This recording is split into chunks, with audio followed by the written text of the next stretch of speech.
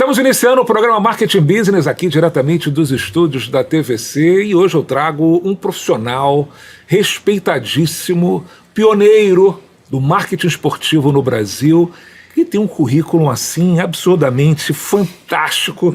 Eu vou até botar o óculos porque são tantas missões dadas a esse profissional. Olha, ele foi diretor executivo da Zinza Futebol Clube, diretor de gestão e marketing esportivo da Zinzane, diretor executivo do Curitiba Futebol Clube, consultor do Cruzeiro, tem mais.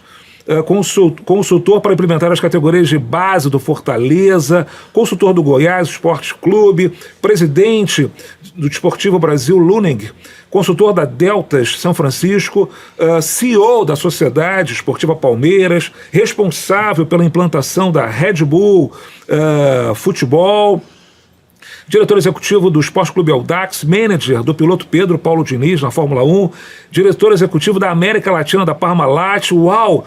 Diretor de marketing, consultor da Confederação Brasileira de Basquetebol, técnico da Seleção Brasileira, medalhista de voleibol, fundador, presidente do Conselho da BSB, professor, enfim, eu quis e faço questão de ler esse currículo para anunciar o meu querido José Carlos Brunoro. Brunoro, um prazer te receber aqui. Eu que tenho o prazer de bater esse papo, sempre gostoso, né? Com gente que entende também do mercado, como você. Obrigado pelo carinho. E vamos bater no papo. Vamos lá. Aí, vamos levando informação, esse é o nosso objetivo, trazendo esses grandes profissionais para que a gente possa não só levar essas informações de alta qualidade, mas retribuir tudo aquilo que o mercado nos oferece e levando sempre dicas, informações, curiosidades. E o Brunoro, o que mais tem são informações e curiosidades desse mundo do marketing esportivo. Olha, um detalhe, o marketing esportivo movimenta mais de 200 bilhões de reais aqui no Brasil. Brunoro, como anda o marketing esportivo hoje no Brasil? Cara, é assim, o marketing esportivo no Brasil, ele melhorou muito, muito. Eu falo assim que ele melhorou muito de uns 15 anos para cá, né? Eu acho que a gente engatinhava um pouco no amadorismo, fazendo sempre as mesmas coisas. E a vinda da internet, de toda essa rede social, mudou um pouco o foco disso, né? Porque hoje qualquer marketing ele é integrado, né? Não tem mais o marketing físico só, tem o marketing integrado com a parte de internet, social, tudo isso. E mudou bem, as pessoas estão começando a aprender a mexer com tudo isso. Uhum. Então mexia muito com nichos, né? E agora começa a integralizar tudo isso. Todas essas formas de comunicação. Então acho que está num momento bacana. E eu falo que o marketing esportivo, ele é um marketing talvez mais completo de todos os marketings. Por que mais isso? Completo. Vamos dar um exemplo de um jogo de futebol. Ok. Tá? Então você tem um público físico no estádio. Ok. Aí tem um público físico na poltrona. Aí tem um patrocinador numa placa. Uhum.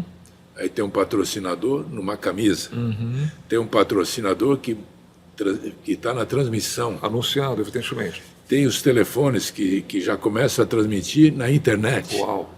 E tem as pessoas se comunicando diretamente com o jogo, dando opinião, mandando e-mail para o locutor, outros jogando. E tem as bets que fazem um jogo simultâneo. Tem alguma ferramenta que faz isso? É verdade. Tem alguma ferramenta que faz isso? É verdade, bem colocado. Então, os nossos empresários têm que aproveitar o marketing esportivo, que ele consegue pegar um bolo de situações que nenhum outro traz. E você, além disso, qual que é o maior cliente? A emoção. É verdade, eu vou comentar isso. A emoção. Eu tenho falado muito isso, mexe no coração. Mexe no coração. Do seu time, do jogo, da seleção, do atleta. Vou dar um exemplo de novo. Meu filho chegou falando um dia para mim, pai, eu queria trazer uns amigos para ver o jogo da seleção. Eu falei, traz, pô. Começa o jogo, tá todo mundo no telefone. Eu falei, pô, vocês não vão assistir o jogo, mas nós estamos assistindo, nós estamos vendo os dados estatísticos do goleiro, de não sei o quê, de não sei o quê. Sensacional. Entendeu? Eu nunca imaginei que um garoto ia assistir um jogo ligado no que aquele cara tem de estatística, disso, daquilo. É assim que está o mundo. Então, o marketing esportivo é uma ferramenta, gente, extraordinária. E, evidentemente, os números comprovam isso, as grandes marcas cada vez mais investindo nesse segmento, né? E gerando, como você bem disse, que eu falo muito, onde não tem emoção, não tem graça, né? Isso Quer aí, dizer, aí mexe com o coração, mexe com a emoção. Bruno, eu queria, antes de falar de vários projetos e missões e vitórias que você obteve, eu queria começar, já que você foi esse pioneiro, né, nesse segmento de marketing esportivo e gestão, queria falar muito que remete muito ao nosso imaginário, quer dizer, do Palmeiras Parmalat, né? Você fez um trabalho, foi CEO, né, evidentemente, da Parmalat, focado no esporte. Como é que foi essa experiência? Você cuidou de 5 times, né? 5 times. Fala um pouquinho pra gente. Bom, a experiência foi uma loucura, né? Eu sempre falo assim, na vida as oportunidades aparecem e eu sou muito contra aquele ditado que fala assim, o cavalo passa selado uma vez só. Não, acho que passa selado várias vezes. Você tem que pegar quando você está preparado, porque senão o tombo é grande, né? E foi uma coincidência, eu era técnico da Pirelli de vôlei, time campeoníssimo, a gente foi campeão mundial, foi campeão de tudo. Super momento, né? Pirelli de vôlei. E seleção brasileira também, e eu era gestor do clube da Pirelli também. O clube da Pirelli tinha 7 modalidades. Uau. No mais alto nível, e eu cuidava de tudo isso também.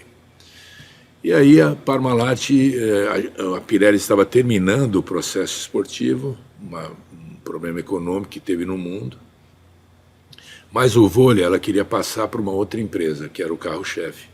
E numa das reuniões veio a Parmalat, para ver se pegava o vôlei da Pirelli. E na reunião começamos a bater papo de futebol, eu era entusiasta do futebol, sempre fui. Começou a trocar ideia de futebol e tal, o presidente da Parmalat olhou assim e tal, começou a trocar ideia de futebol e pediu para ir na Parmalat no dia seguinte. Eu fui lá e ele falou assim, Bruno, não estou interessado no vôlei não, estou interessado que a gente está com um projeto aí para o Palmeiras, eu estou precisando de um executivo. Eu falei, mas eu vim aqui falar de vôlei e eu vou para o futebol. Caramba, totalmente. Totalmente diferente. Não, você faz um trabalho ótimo de gestão, eu preciso de um cara famoso também por causa do vôlei, né? Bom, acabei aceitando e fui para o Palmeiras. Isso que ano? 1992. 92. E fui para o Palmeiras. Falei, vamos ver o que dá nisso, né? E aí a gente fez um projeto na minha cabeça. O Palmeiras não ganhava 17 anos. Uau. 17 anos sem nenhum título, Uau. nenhum. E eu fiz um projeto de ganhar em 3 anos um título. Na minha cabeça de voleibolista, né? Todo planejado, aquela coisa toda e tal. Aí um dia eu falei, estava montando o projeto e o diretor do Palmeiras falou, e aí? Eu falei, a gente vai ganhar um título em 3 anos. Pelo amor de Deus, você não fala isso na mídia, um título em 3 anos, a gente está precisando ganhar um monte, né? E montamos um projeto, e aí eu tenho uma filosofia que eu acho importante, né? Você tem sempre que andar com vencedores. Legal isso. Sempre andar com vencedores. Nada com tubarão e não com sardinha.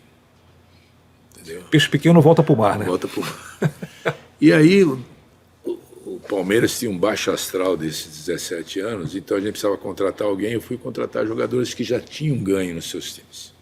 Então Zinho, Mazinho, então eu fui começando a contratar jogadores que tinham ganho. E aí em 92 nós saímos de 12º lugar no Campeonato Paulista e fomos vice. Uau. Aí eu falei para a Parmalat, se a gente contratar mais alguns jogadores, a gente briga lá em cima já no próximo ano.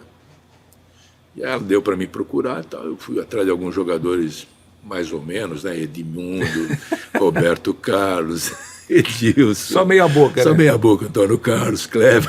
Que fantástico, que fantástico. E aí montamos esse super time, ganhamos, né? Começamos a ganhar. Eu lembro disso. E ganhamos Campeonato Brasileiro e tal. Foi indo. Começou a SAF aí? Começou a SAF aí, né? Ninguém imagina, mas a SAF era essa ideia, né? Porque uma empresa, a gente cuidava do Palmeiras, eu era o diretor de esportes da Parmalat e cuidava do futebol do Palmeiras. Uhum. Gestão empresarial. Gestão totalmente empresarial. E a gente pegou, para não ter problema político, pegamos dirigentes do Palmeiras que trabalhavam comigo, para não ter problema. E aí a Parmalat, ela empresarialmente, onde ela comprava uma empresa, ela começou a falar, bom, deu certo no Palmeiras, vamos apoiar um time onde a gente comprar. Então, ela foi para a Argentina, comprou uma empresa lá, e eu fui cuidar, ver se conseguiu o patrocínio do Boca Juniors. Então, conseguimos. Só também, né? Só o Boca Juniors. Aí foi para o Uruguai, comprou uma empresa, eu fui no Peñarol. Caramba! Conseguimos o Peñarol. Aí foi para o Chile, eu fui ver, consegui a Universidade Católica do Chile. Que fantástico. E aí eu cuidava dessa, não era uma cogestão como o Palmeiras, mas era uma gestão um pouquinho mais elaborada. E o Juventude em Caxias do Sul, porque a Parmalat também comprou uma empresa lá e achava que tinha que ter um time, não dava para ser nem Grêmio nem Inter por causa da polarização. Eu decidi ir para o Juventude.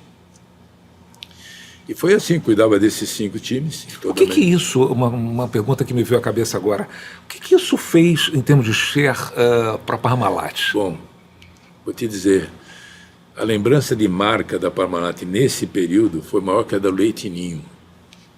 Eu lembro disso, foi um case. Um case.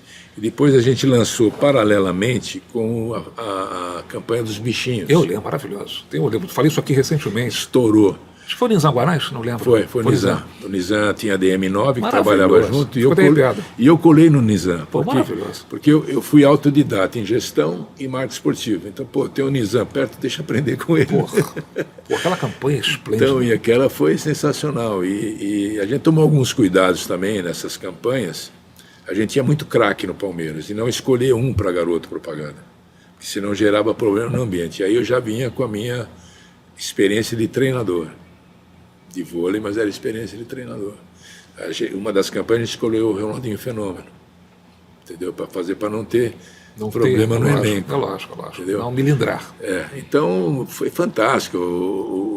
O que a Parmalat chegou um momento que o presidente da Parmalat mundial, a gente gastava para ver todo o retorno de mídia. Para, não precisa nem mais medir. Que loucura. Não precisa nem mais medir. Explodiu.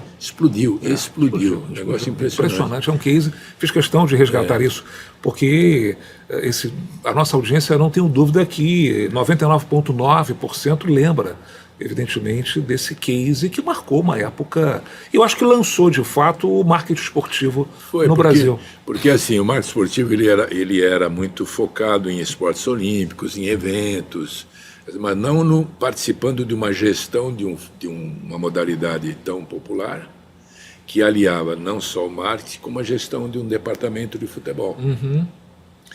Então casou as coisas. Tanto é que quando eu dou palestra de gestão ou dou aula, eu sempre coloco gestão e marketing esportivo.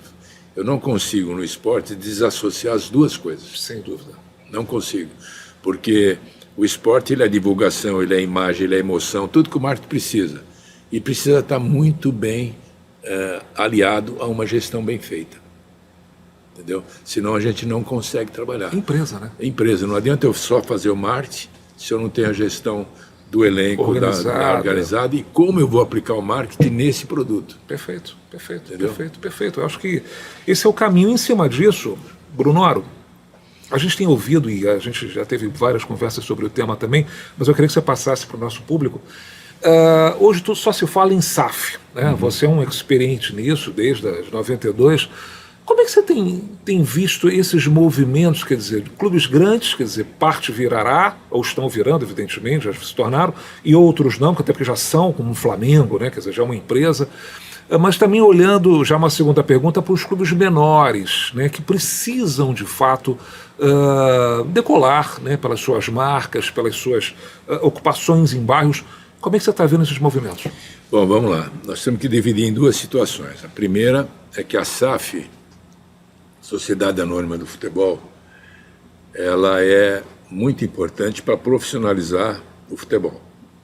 Que a gente vivia de clubes sociais, que tem a intervenção desse clube social no futebol. Conselhos, opiniões e guerras políticas para estar no futebol. Então a SAF termina com isso. Mas, por outro lado, ela pode não ser, dentro de um determinado clube, uma necessidade. Então, por exemplo, você pega Barcelona, não é SAF, Real Madrid não é SAF, né? São clubes sociais.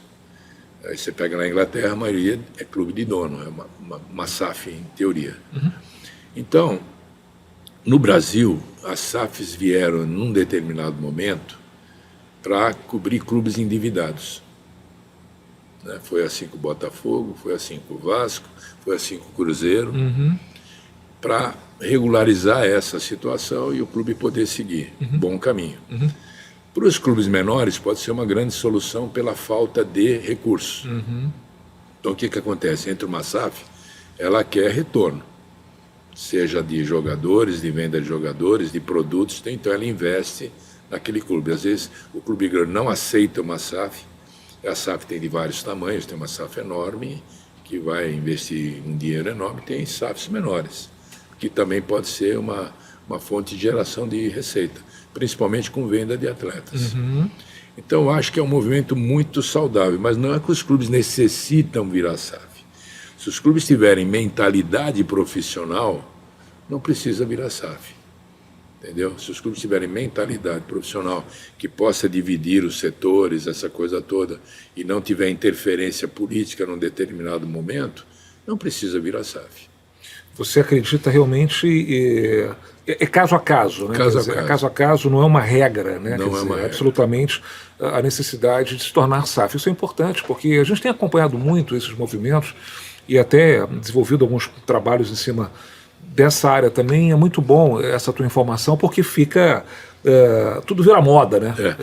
No Brasil é esse negócio. Agora, não, todo mundo tem que ser SAF, todo mundo tem que ser no seu isso. Entendeu? Tudo é moda. Tudo é moda. Você tem que ver cada caso. É a mesma coisa um treinador, quando pega uma equipe, ele quer impor um sistema de jogo. Ele não consegue impor se ele não tem jogadores que se adaptam àquele sistema. Uma tática é feita em cima das características dos seus jogadores. Então, uma SAF, de repente, tem clubes que não necessitam da SAF. Já tem um departamento organizado, já tem um departamento separado, já tem tudo isso. Então, cada caso é um caso, não tem jeito. Como é que você está vendo esses movimentos das ligas aqui no Brasil, que estão sendo criadas? Eu acho que demorou. Acho que as ligas no mundo inteiro funcionam e o Brasil não podia ficar atrás, mas já começou diferente, já tem 2 ligas. Porra, já começa o conflito, né? Já começa diferente, né? Tinha que ser o Brasil. Mas, de qualquer forma, eu acho saudável, é importante. Eu acho que as confederações e federações, elas estão para desenvolver a modalidade, não para tomar conta da modalidade, principalmente no lado profissional. Então, o profissional tem que ser tocado para quem disputa, né? Então, quem disputa são os clubes, eles têm que tomar conta, eles, de um campeonato, reverter uma parte dessa grana para um desenvolvimento da modalidade, treinamento das seleções, expansão da modalidade, não só futebol, qualquer modalidade. Então, assim, acho muito saudável e necessária. Eu queria, a minha filha falou isso porque ela quer seguir a carreira de marketing esportivo e ela é alucinada em fazer com que o marketing universitário, esportivo universitário, decole, né? Ela foi um tempo na PUC, cuidando da parte de esportes, e a gente vê nos Estados Unidos essa potência que é o incentivo ao aluno, né, para ser um atleta, enfim, em função de bolsas. Por que o Brasil não investe nessa garotada na universidade? Quer dizer, você vê poucos polos de treinamento. Um exemplo, quer dizer, a gente tem um Parque Olímpico aqui, altamente preparado para receber diversas modalidades, um complexo de tênis pronto, e está aí. Nada. Bom, vamos lá. Meu filho também está nos Estados Unidos, joga lá numa universidade. É assim, olha, o esporte brasileiro ele tem uma história, né? Ele começou como clube, sempre foi a filosofia do desenvolvimento do esporte brasileiro em clube. Teve uma época que era separado o clube, esporte em clubes, militar e comunitário. Cada hora faziam-se uma lei, né? Eu acho assim, algumas modalidades no Brasil poderiam seguir o sistema americano. Então, por exemplo, tenho dificuldade de desenvolver essa modalidade, então vamos apoiar a universidade, que os jogadores e jogadoras jogam pelas universidades, fazemos super trabalho, fazemos uma reunião das universidades que possam captar esses jogadores e cria-se uma liga. Saiu da universidade, vai jogar a liga que é profissional, então pelo menos essa parte de formação ela sai com uma universidade nas costas. O futebol não dá para ser assim. É lógico, já destacou, né? O vôlei não dá para ser assim, que já se destacou dessa maneira. O basquete também não, já está enraizado com a filosofia de clube, porque esses clubes têm categoria de base, tem tudo. Então, a base nessas outras modalidades que têm dificuldade seria feita na universidade, né? Então, acho que dá para ser um projeto híbrido. Algumas modalidades que têm dificuldade podia seguir o sistema americano. Escola, universidade e liga. Mas teria que partir de uma organização, talvez do Comitê Olímpico ou do governo, fazer esse tipo de ação para algumas modalidades. Não dá para se colar o modelo todo americano. Entendi. Porque nós já temos uma filosofia desenvolvida em algumas modalidades. Mas falta, né? Falta muito. O governo ainda não enxergou essa potência. Como é que é isso, Brunoro? Na realidade, nós nunca tivemos uma política esportiva. A gente sempre teve uma política, não esportiva, né? Então, a gente vê que faltam projetos de sequência, né? Sempre são projetos isolados, cada governo faz o seu. Então, nós tivemos a Lei Pelé, que ele contemplava todas as modalidades, mas depois vai mudando, foge da lei, faz aquela coisa toda. Então, eu acho que deveria definir muito bem o papel do governo nisso. O papel do governo não é cuidar de esporte profissional. O papel do governo é cuidar de esporte de formação. Aonde está o esporte de formação? Primeiro, pela escola. Então, deveria se criar uma lei de construção de escolas com aparelhamento esportivo. Com estrutura, né? Com estrutura. Então, as nossas escolas hoje constroem a escola, o que sobrou do terreno faz uma quadrinha. Que loucura. Faz uma quadrinha. E isso, ao longo dos anos, acarretou um problema social enorme, porque o esporte podia ter melhorado a vida de muita gente. Muito. Muita gente, entendeu? Você tira da ociosidade. E também o governo poderia, aí você fala, bom, nós temos o Parque Olímpico aqui, o governo poderia utilizar todos esses equipamentos que tem pelo Brasil todo, para incentivar essa parte do segundo turno escolar, por exemplo. Entendeu? Então, eu acho que falta do governo uma política exageradamente forte em formação. Falta gente competente lá, que entenda de fato desse negócio. Não sei se interessa, né? Porra, é um continente que a gente domina, evidentemente, o Brasil, com um celeiro de atletas que saem de todas as áreas, né, e não tem estrutura, não tem... Meu Deus, por que não? Né, então falta muito isso também. A gente vê que não é aquilo que eu te falei, não existe a política esportiva, mas geralmente só se tem política. Impressionante, é muito triste, né? Quer dizer, uma instalação, até porque a gente está aqui próximo, né? Isso tinha que ser a maior universidade da América do Sul do esporte, o Parque Olímpico. Todas os centros de formações aqui, sabe? Todos, porque está pronto, porra. Está pronto, né? Com toda a estrutura, feito para a Olimpíada, e está aí, né? E você vê, né? Há pouco tempo eles iam acabar com a lei de incentivo ao esporte. Né? E aumentar a lei Rouanet e tirar a lei do esporte. Quer dizer assim, então, qual o interesse? Por exemplo, eu não sou contra a lei de incentivo à cultura, nada disso, mas quem está se beneficiando da lei da cultura são os grandes artistas e a cultura de base. E o esporte também, a lei de incentivo, tem que ir para a base. Sem dúvida, envolve a questão macro-social, é muito complexo, né? Além de ser esporte é vida, é saúde, e além disso tudo, quer dizer, esporte é negócio, pô. Esporte gera receita, gera consumo, gera emprego, né? Eu fico assim, impressionante como a gente deixa passar, lamentavelmente, oportunidades grandiosas, né? E só focando na política, e enfim, mas vamos seguir o nosso barco, porque tem gente lá, a gente vai tocando o nosso tambor aqui do outro lado. Brunoro, antes que eu fale hoje do teu momento atual, né, na Zinzane, mas eu queria falar, você está me contando nos bastidores, eu queria que você levasse isso ao nosso público também. Você participou, você esteve no basquete, esteve no vôlei como técnico, enfim, mas você também esteve na Fórmula 1. Estive na Fórmula 1. Né, cuidando do Pedro Paulo Diniz. Como é que foi a sua experiência? Pô, a minha vida sempre foi muito louca, né? A única coisa que eu planejei na minha vida foi ser técnico da seleção de vôlei, da seleção brasileira de vôlei, que era um sonho que eu tinha. Então eu planejei para isso, né? Mas o restante foi acontecendo, né? Então eu estava na Parmalat e A Parmalat eu tomava conta desses times, inclusive depois fui fazer o projeto da Parmalat com o Benfica também em Portugal. Uau! E aí, um dia o Abílio Diniz chamou vários empresários, ele chamou a Parmalat, a Johnson, Arisco e mais uma empresa que eu não lembro, para fazer um projeto de Fórmula 1 com o Pedro Paulo Diniz. Eles tinham uma equipe que fazia Fórmula 2 e passariam ela para a Fórmula 1, então precisava de investimento. Ok. E aí eu fui chamado, eu era o diretor de esporte da Parmalat para a América Latina, e eu falei para o presidente da Parmalat, não dá.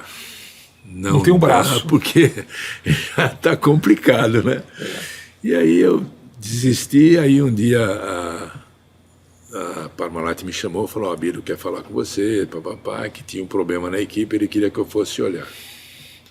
Até aqui nos bastidores eu contei que foi um dos maiores elogios que eu recebi. Fale, por favor, fale. Porque eu cheguei para o Abílio e falei, Abílio, eu não tenho conhecimento nenhum de Fórmula 1, né?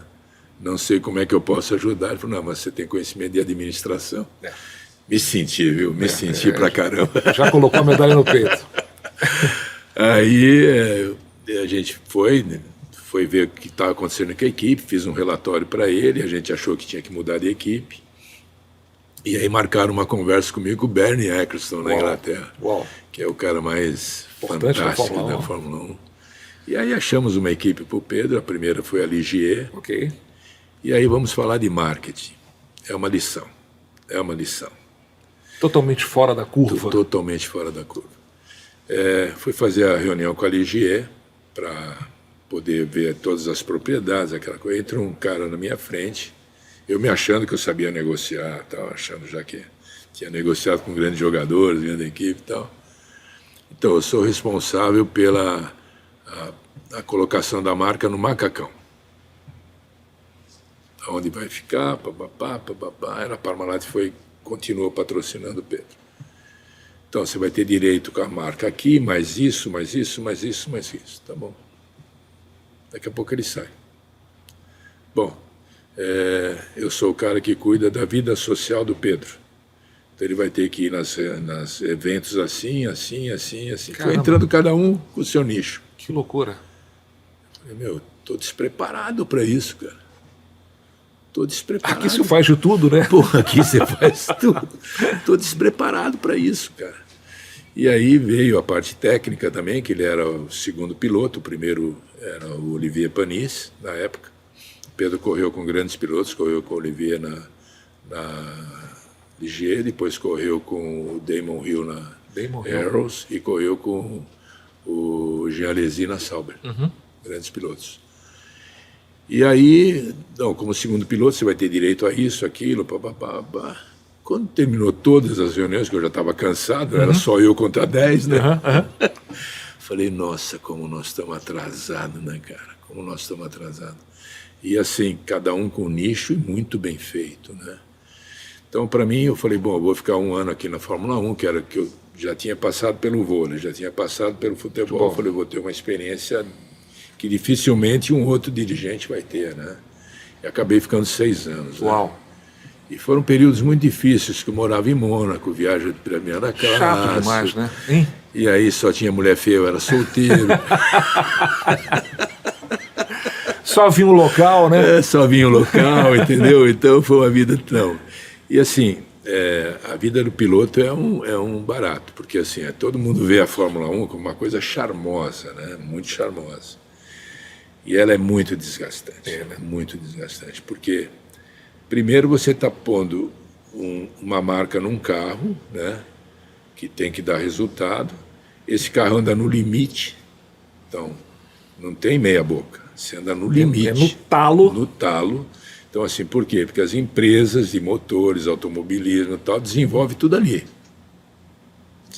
Sai dali. Sai tudo dali. Então é um investimento gigantesco. Você comentou que não falta dinheiro. Não falta dinheiro, é um investimento gigantesco. Então não é assim, o piloto não está ali, ele não pode estar brincando ali. Entendeu? Então, por exemplo, ele sai da pista, vai para frente do computador. Aí o engenheiro fala para ele assim, pô, Pedro, você tem que frear a 6 metros naquela curva. Aí, então, o carro está saindo assim. Então eu vou consertar o carro, mas você freia a 6 metros. Não tem vamos lá que você freia 6 metros. Entendeu? É tudo milimetricamente. E assim, é engraçado que se ele frear a 7, o cara vai ficar muito bravo com ele. Se ele frear a 5, ele pode morrer. Entendeu? Então, assim, é uma modalidade em que, aliás, o piloto é um super atleta. O piloto é um super atleta, porque assim,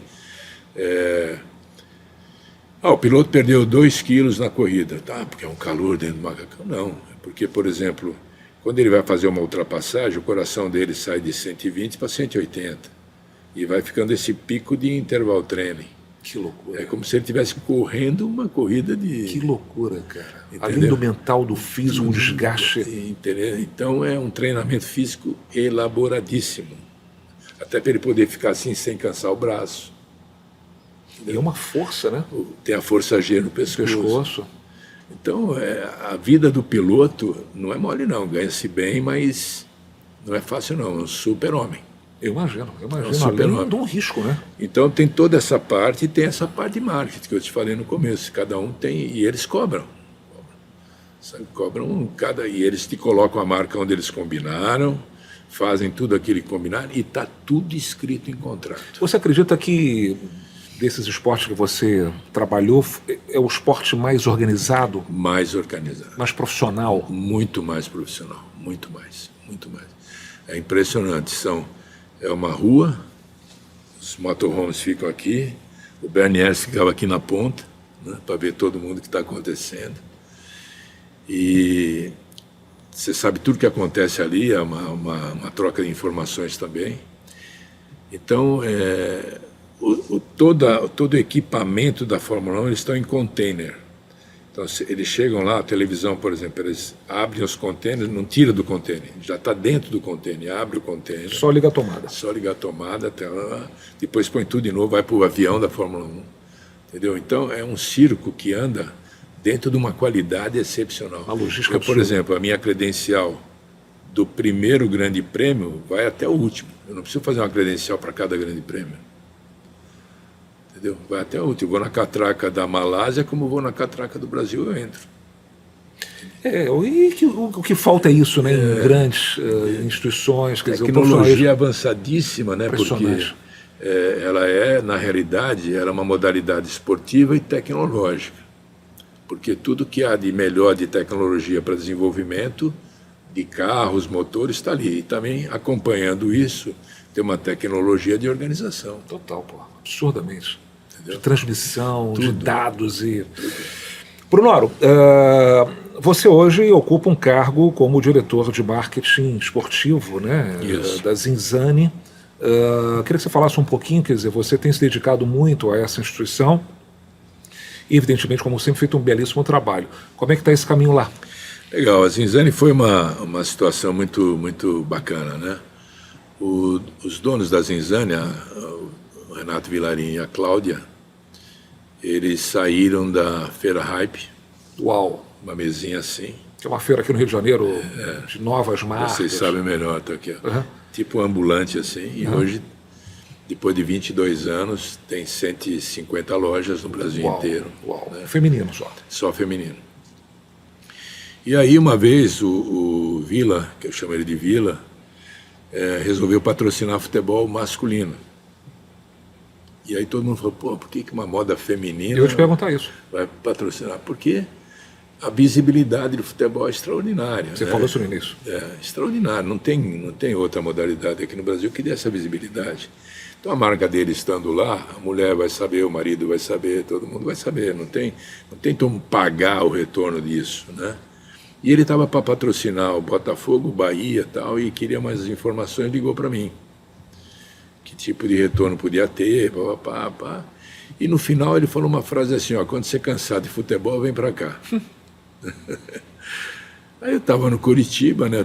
No Cruzeiro eu estava dando uma consultoria até para a montagem da SAF do Cruzeiro. E aí eu estava no Curitiba, houve aqueles desgastes normais. Eu liguei para ele, eu estou saindo do futebol, não, vem conversar aqui, pá. E eu vim para cá, montamos toda a parte de estratégia de marketing esportivo da empresa, que ele trabalha muito com o desenvolvimento de marketing esportivo para difundir a marca. Ele não tem outra estratégia de comprar comercial em TV, absolutamente. É o esporte que divulga a marca. Mídia espontânea. Mídia espontânea. E aí ele sempre cita o exemplo da Red Bull. Ele falou, quero ser uma Red Bull da moda. Que é maravilhoso. Né? Você participou lá também? Participei lá também. A Red Bull, inclusive, hoje o esporte para ela é venda de conteúdo. Não é só divulgação da marca. Que é fantástico. Venda de conteúdo. Ela vende os conteúdos dela. Maravilhoso. Virou negócio. Maravilhoso. E cada conteúdo espetacular. Espetacular. Aquela pula da estratosfera. Maravilhoso. Maravilhoso.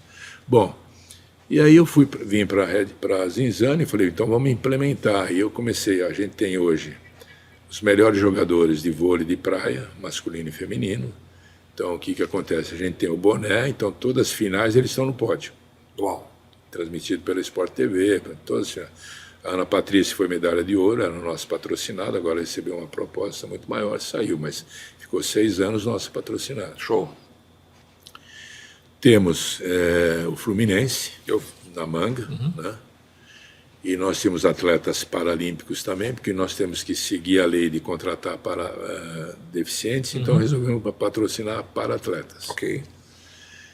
E eu falei, bom, vamos difundir um pouquinho mais a marca e criamos os circuitos Zinzane de vôlei de praia, de beach tênis e de surf feminino. Então nós fizemos 8 circuitos com transmissão da Band. E aí um dia ele acorda e fala assim, pô, fala para a mulher dele, se eu tivesse o Hamilton na empresa, o que eu daria para ele? A mulher dele falou, acho que um carro, né? Eu estou com o Bruno Hora aqui, não vou fazer futebol. Me enganou, né? Ele falou, você cansado de futebol, vem para cá. E aí resolvemos criar o Zinza Futebol Clube, né? Porque eu já remeti o nome Zinza, eu criei o nome, eu sei que a imprensa não vai falar Zinzane. É lá, mas Zinza. Mas aí, que é o Zinza? É o time da Zinzane, já remete ali. Lógico. E como é que tá? Tá legal, a gente foi campeão sub-20 logo que começamos, Que depois subimos da C para B2, e agora estamos aí no campeonato da B2, estamos um pouquinho parados, porque o campeonato começa mais para frente, e vamos seguindo assim, esse projeto é bem assim, de seguir com naturalidade, e formar jogadores, lógico que também a gente quer fazer negócio, né? A base fica onde da Zinza? Então, a gente treinava no Zico. Aqui. Mas o Flamengo agora alugou o Zico todo para o futebol feminino. Então, estou procurando lugar para a gente treinar. Então, mas assim, é um projeto bem tranquilo, né? É que nem o Audax, quando eu criei o Audax. Eu ia falar sobre isso. O Audax, na realidade, foi da cabeça do Abílio Diniz. Quando eu estava na Fórmula 1, ele falou, quando você terminar de trabalhar com meu filho, nós vamos fazer futebol. Que loucura, né? A cabeça dele não parava. E aí passou um ano, já tinha parado com o Pedro, eu falei, acho que o Abílio esqueceu disso, né? Aí um dia ele me chama, lembra que eu te falei, não sei o quê, e criamos o Audax. O que significa Audax? Audax foi o seguinte, engraçado, porque ele quis chamar de Pão de Açúcar Esporte Clube. Falei, Abílio, não chama de Pão de Açúcar, porque a hora que crescer, as emissoras não vão falar o nome. Que é isso, eu gasto uma fortuna com mídia, eles vão falar. Eu falei, não vai falar, Abílio, é melhor mudar o nome. E aí quando a gente começou a crescer, jogar a Copa São Paulo, porque a gente foi vice-campeão paulista também, né? Foi crescendo, e aí um dia ele falou, tá bom, vamos mudar o nome. Contratou uma empresa para criar o nome.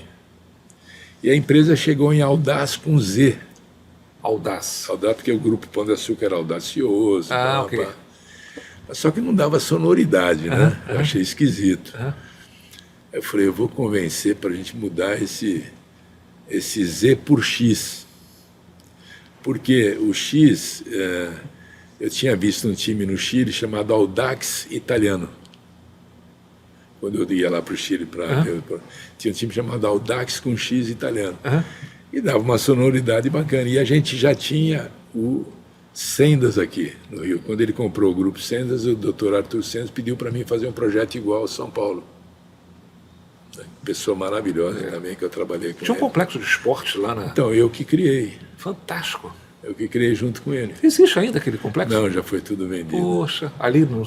Em São João do Meriti. Isso mesmo. Eu que criei aquilo lá. Maravilhoso, altamente estruturado. Fui eu que fiz tudo aquilo e fiz o de São Paulo também, que era um centro esportivo legal, que o Abílio fez lá também. Sensacional. E aí Eu falei assim, dá para virar Audax São Paulo, Audax e pelo sotaque do carioca, Audax e tal, né? Já fiz um negócio tentando bolar assim. Só que para convencer a empresa que tinha sido contratada... Como, né?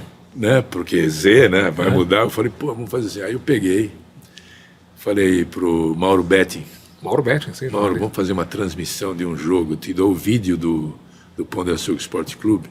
Vamos fazer uma transmissão com o Zé Silvério narrando. Lembra do Zé Silvério? Sim. Uma voz espetacular e tal.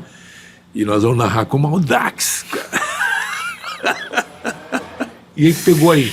E aí fizemos uma transmissão e o Zé Silvério não quis cobrar nada, o Mauro, não, você paga o almoço, tal, vai ser legal participar disso, tal. E aí, pô, quando saía gol, o gol do Audax, pá, aí matou, né, cara? Aí não teve jeito. Não tem como negar, né? Não teve como negar. Aí virou o Audax. Que entendeu? fantástico. Virou o Audax. E tá indo, né? Não, o Audax, ele depois que o Grupo Pão de Açúcar foi vendido, houve uma briga entre o Abílio e o grupo francês, eles desativaram todos os projetos. Poxa, uma marca boa. E aí o Audax São Paulo e o Audax foi comprado pelo seu Mário, que era do Bradesco. Mas desativou o CT aqui e tudo, né? E aí ele... Participou do Campeonato Carioca? Participou, não, ele foi vice-campeão paulista e participou, e ainda participa do Campeonato Carioca. Eu lembro. E aí segue ainda, né? Mas... Que loucura. Que loucura. Cara. A vida tem história pra caramba. Faz parte. Brunoro, a gente tem uma relação, uma preocupação, evidentemente, não é nem um termo preocupação, mas um dever, evidentemente, de mandar esse programa para as universidades, né? Quer dizer, a gente acredita muito que essa garotada está se descobrindo, né, nas suas áreas, principalmente nas áreas que a gente milita, né, que é o marketing, comunicação. Eu sentia muita falta de informação na minha época, então a gente tem esse dever de mandar, pô, quanto vale para um garoto que está começando essas tuas informações? Eu queria que você deixasse um recado para essa garotada que vislumbra o marketing esportivo, o que fazer, como se dedicar. Tem muito mercado, tem muita oportunidade, mas o que fazer para chegar amanhã, um garoto desse, é um Brunoro na sua maravilhosa história e currículo? Bom, vamos lá. Graças a Deus na vida eu formei muita gente também que trabalhou comigo, tanto é que o diretor do Mônaco hoje trabalhou comigo 9 anos no Pão de Açúcar, o Tiago Escuro, hoje é o diretor do Mônaco. E eu vou dar o exemplo do Tiago. O Tiago foi meu melhor aluno eu criei um curso de gestão e marketing esportivo na Trevisan, e o Tiago foi meu melhor aluno. Então eu trouxe ele para trabalhar na minha empresa. Então já começa por aí, sejam os melhores alunos. Sejam os melhores alunos, porque o marketing esportivo, ele encanta. Eu vou trabalhar com futebol, vou trabalhar com os craques, vou trabalhar com isso, mas se não tiver competência com qualquer área, não vai rolar. Não vai se destacar. Não vai se destacar. Então começa por aí, estejam preparados. Então quando eu trouxe o Tiago para trabalhar comigo, o Tiago, além de trabalhar comigo na gestão do Audax, quando eu olhava, ele estava inscrito no programa de voluntários da Olimpíada. Por conta dele. Eu falava, mas Tiago, você vai trabalhar? Não, eu quero chegar no final do processo. Ele passava por todas as etapas para ele aprender. Perfeito.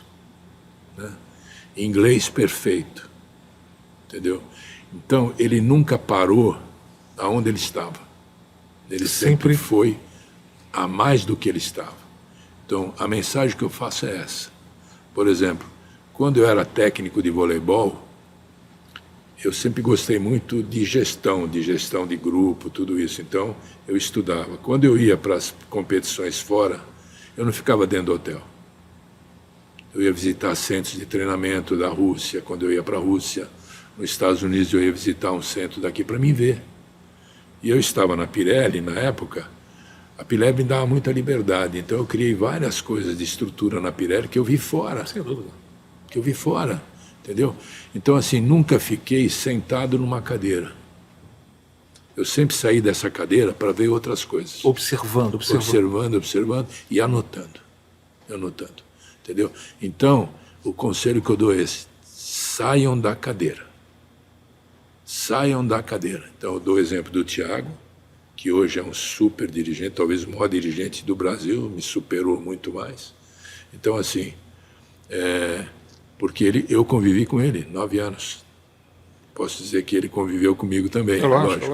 Mas ele tomou os caminhos que ele tinha que tomar, não ficou sentado. Tem que observar, tem que fuçar. E foi fazendo curso, fazendo o quê. Quando eu vi, ele estava fazendo alguma coisa diferente. Sensacional. Entendeu? E tem muito mercado, não? Tem muito mercado. Então hoje, como você fala assim, vou trabalhar com esporte, eu posso ser do marketing, eu posso ser do marketing digital, especializado nisso, eu posso ser gestor de carreira, eu posso ser superintendente de um time, eu posso ser diretor executivo de um time. Tem muito mercado. Eu posso ser diretor de marketing esportivo de uma empresa como eu. Entendeu? Então, as possibilidades estão abertas. Agora, se preparem. Se preparem. Porque é aquilo que eu volto a falar, a oportunidade passa. Não uma vez só, não. Passa várias. Então, quando você pegar, esteja preparado. Esteja Saber preparado. dominar. Saber dominar. Brunoro, você, através do esporte, curiosidades, quantos países você já esteve? Que pergunta, hein? Olha, por países, eu acho que uns 40, mas ir de volta entre países e tal, mais de 70, 80. Você rodou o mundo. Rodei o mundo. A Fórmula 1 toda, em 5 anos, fui e voltei. E às vezes, como eu casei muito tarde, né? Casei com 48 anos, eu estava na Fórmula 1, então de vez em quando com a Cristina, aproveitava entre um grande prêmio e outro, a gente ia viajar para algum país, tal, conhecer. E Itália várias vezes, Japão várias vezes, e com o vôlei, com o futebol. Qual é o país que mais se destacou em termos de esporte? De esporte, sem dúvida nenhuma, Estados Unidos, né? Estados Unidos. Tem muitas lições que a gente vê no esporte, né? Tem fatos curiosos, por exemplo, a antiga Iugoslávia, né? Quando a gente foi jogar lá com uma seleção feminina, eu era o preparador físico, uma seleção brasileira feminina de vôlei, eu achei encantado, fiquei encantado com a Iugoslávia, porque tinha um ditador chamado Tito. Ele tinha uma mentalidade assim, você podia ser rico até certo ponto, mas não pobre. Então você podia ter a sua casa, o seu carro, uma casa de praia, uma casa de campo. Não mais que isso. Você precisa mais que isso? É verdade. Para quê, né? Só para acumular. Acumular. Então, assim, e o povo era muito feliz. E quando ele morreu, estatelou toda a Iugoslávia, virou vários países, tal, por um problema que... Mas na época eu achava um país maravilhoso, né? Se eu pudesse morar, aquele sonho de garoto, morava na Iugoslávia, né? Agora, como bom italiano, eu adoro a Itália, né? Você é de onde? Minha mãe é italiana, de perto de Firenze. Ok. Eu sou filho de italiano, né? Então adoro a Itália, e se também tivesse que escolher também hoje, eu ia para a Itália, porque tutti buona gente.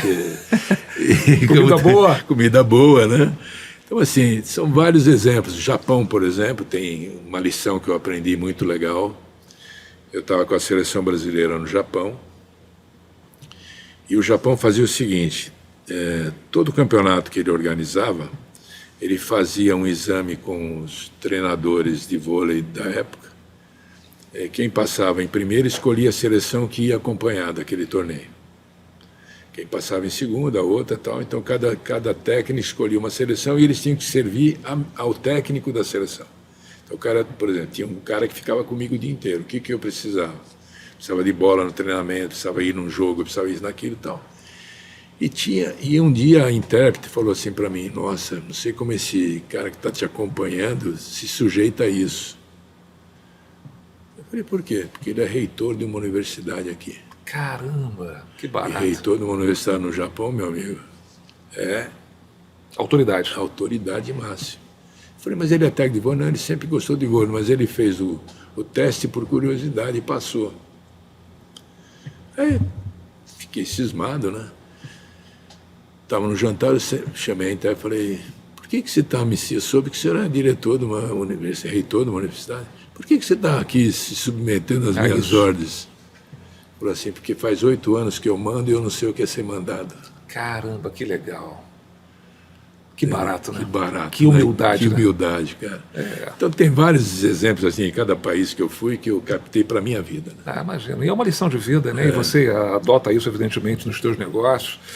Bruno, estamos terminando, a gente tem um tempo cravado do programa, mas eu queria que você deixasse uma mensagem ou até um sentimento seu pelas tuas andanças que o esporte te levou pelo mundo. O que falta para o nosso Brasil? Bom, eu acho que, se eu for falar esportivamente, eu acho que a gente já falou um pouquinho, falta uma política esportiva de formação. Ok. Tá? Eu acho que falta um pouquinho mais de profissionalização na área esportiva e infelizmente, está faltando um pouco de brasilidade para os nossos políticos. Então, hoje nós não vivemos um país que tenha políticas de brasilidade, existem políticas pessoais. E no Brasil a gente está deixando de viver o todo e está vivendo só para dentro de si. É o meu quadrado. O meu quadrado e acabou, entendeu? Então, falta patriotismo. Eu acho que falta muito patriotismo ainda. Eu lembro que toda vez que eu viajava pela seleção, para o clube, tocava o hino nacional, me emocionava de poder estar ali naquele momento. Representando um país. Tem um país. Eu vejo que hoje isso a gente está saindo dessa civilidade que é importante para uma materialidade que não é tão importante. Sensacional. Olha, pena que o nosso programa é limitado em termos de tempo, mas não limitado em termos de convidados fantásticos. E é uma honra te receber aqui, Bruno. Obrigado, eu que agradeço. Você realmente é uma lenda, evidentemente, viva do esporte, do marketing esportivo. E me traz muita honra poder te ouvir e, evidentemente, levar as tuas informações, a tua história para esse público que vai, evidentemente, não tenho dúvida, rebobinar esse programa e ver várias vezes. Bruno, muito obrigado. Tá. Se alguém quiser falar comigo, tem por favor, deixa aí o teu e-mail. Instagram, jcbrunor, brunor@. Ok. Tá bom? E o seu e-mail também? Meu e-mail, por enquanto, não. Não tem ainda, ok. Não, eu tenho e-mail, mas pode mandar. Pelo Instagram. Perfeito. Eu acho que o Instagram todo mundo tá bom. Vai lá e realmente vê um pouquinho, cada vez mais, da história do Brunoro e faça contato, que esse é fera, é craque e merece, evidentemente, todos os aplausos. Brunoro, muito obrigado. Eu que agradeço. Estamos terminando o programa Marketing Business aqui diretamente dos estúdios da TVC. Um forte abraço. Tchau.